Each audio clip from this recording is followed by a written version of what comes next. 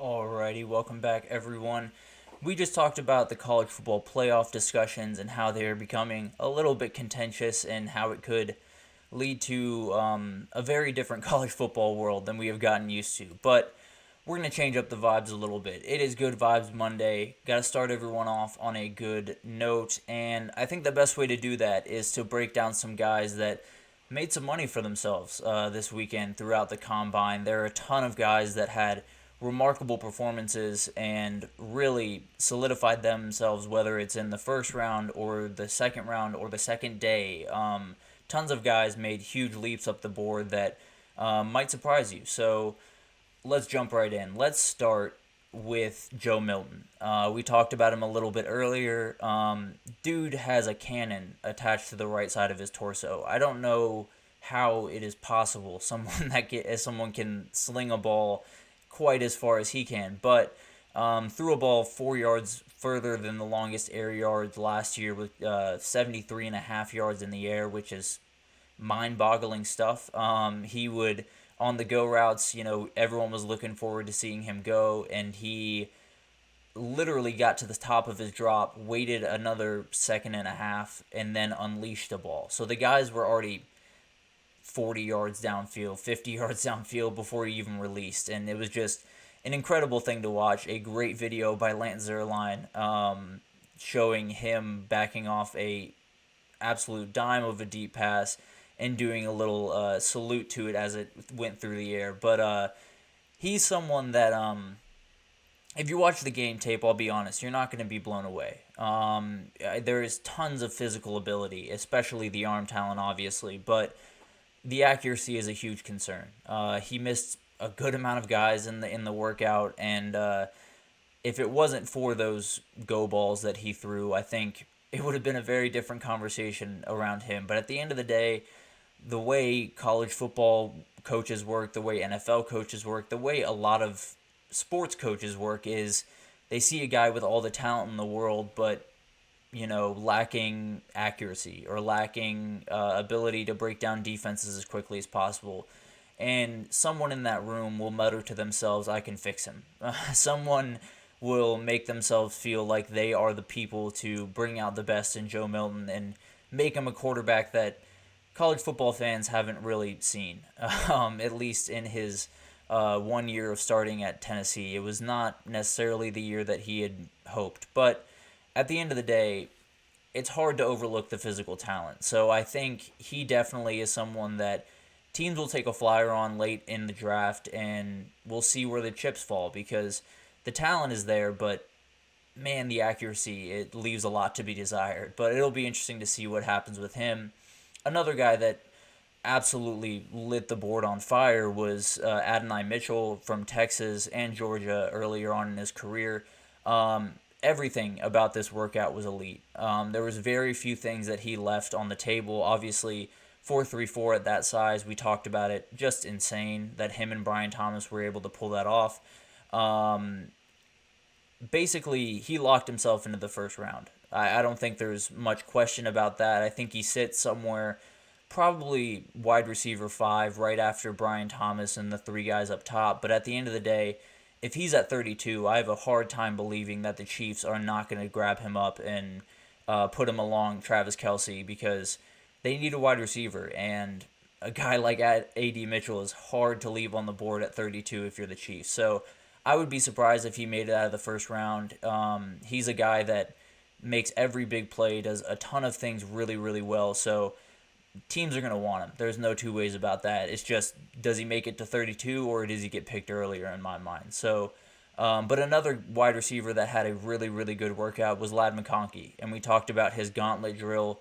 It was absolutely perfect. They will show it in future combines to show guys how to go through this drill because it was picture perfect in every way. And he is a super complete receiver. There are a lot of people that want to put him in the slot receiver role, and while he can play there, he is plenty talented on the outside as well. His stop and go is better than every wide receiver in this draft, I would say, or at least right up there. So his ability to get open is incredible. I would be surprised if he made it past pick 45-ish. So early second round is what I see for him. most likely, and a lot of that just has to do with how good the wide receiver class is, because he's probably sitting somewhere around wide receiver 6 or 7 with Xavier Worthy kind of in that group.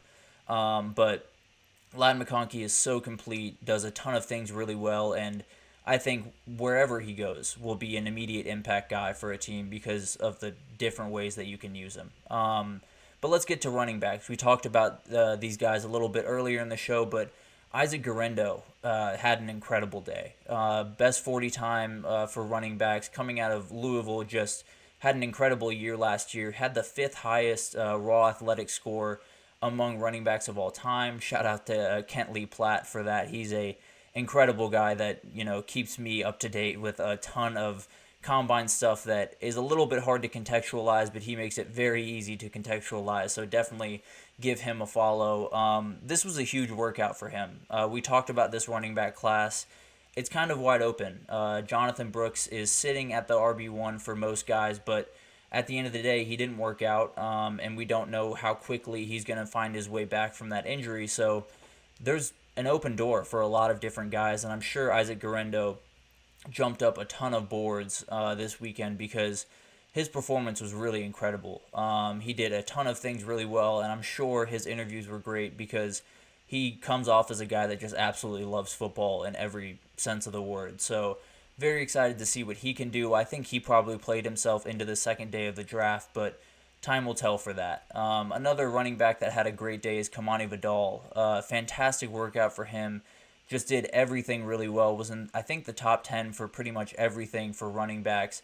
And is a super, super smart guy. Has played a ton of football. Runs really, really tough. So if you wanted to use him as a short yardage guy until he gets a little bit more comfortable at the next level, I think that makes total sense. A little bit smaller in terms of height, so a little bit more of a bowling ball figure.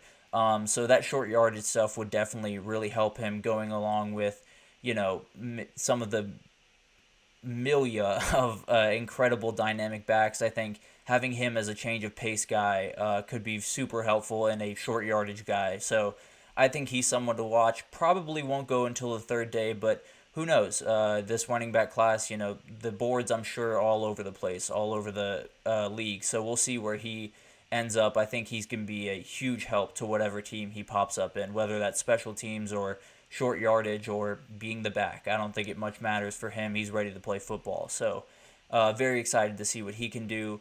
Some tight ends that absolutely blew up on the board are Theo Johnson and Dalen Holker. We talked about his Dalen Holker's incredible play and the gauntlet that turned a lot of eyes, but he's someone that really showed out in both the pass catching and the blocking drills. Very complete tight end.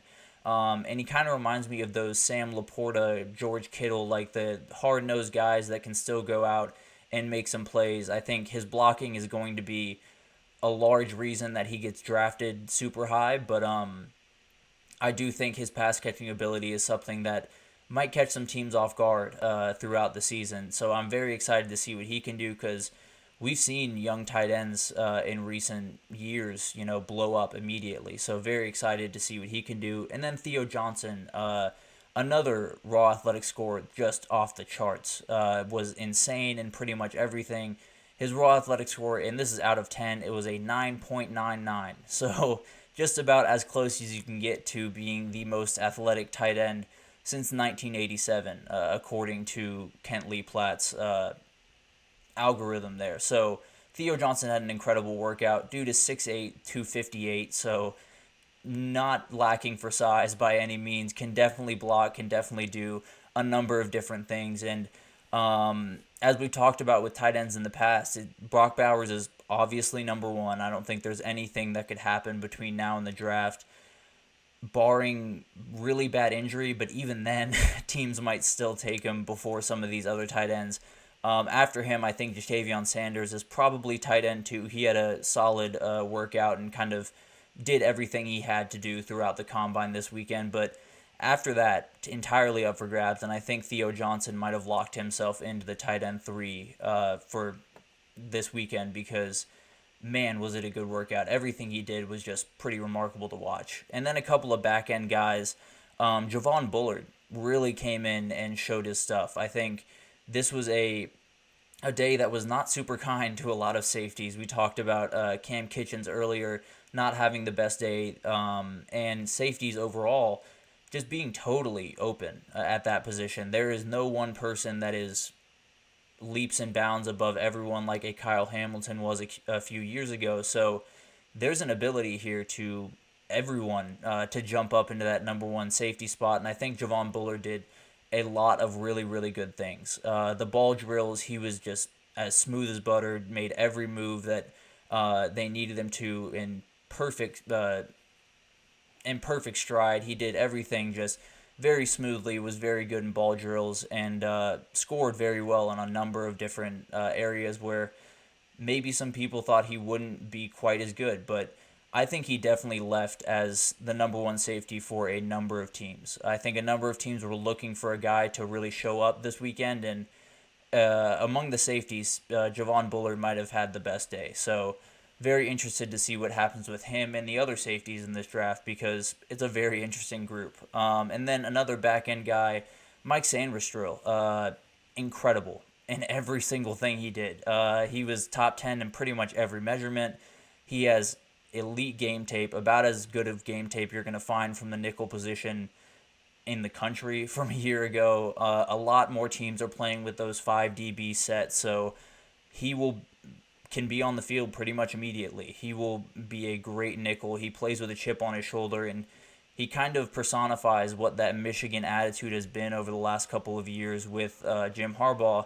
He's the guy that shows exactly the way they play, the toughness they play with, and very excited to see what he can do, because whatever team gets him is going to love him, because the dude comes in, works his ass off, and plays really, really good football in the time being. So very excited to see what he can do. But that'll do it for this edition of the GSMC College Football Podcast. There has been a ton of things happening around the sport, and I'm doing my best to keep up with everything. We'll probably follow up with a couple more combine takeaways tomorrow, but for now, that'll do it. We are presented by the GSMC Sports Network. Your support means a ton to us, so please subscribe to the show, leave a positive review. It makes a huge difference for us here at the network. And then we invite you to follow on Facebook, Twitter, or X, TikTok, Instagram, all of the different social media pages to follow up with content and updates. We have tons of people covering every sport you can think of and doing it incredibly well. So if you ever need any updates, definitely subscribe to the YouTube channels and all of the socials. You will get everything you need there. But thank you so much for tuning in, and have a wonderful day.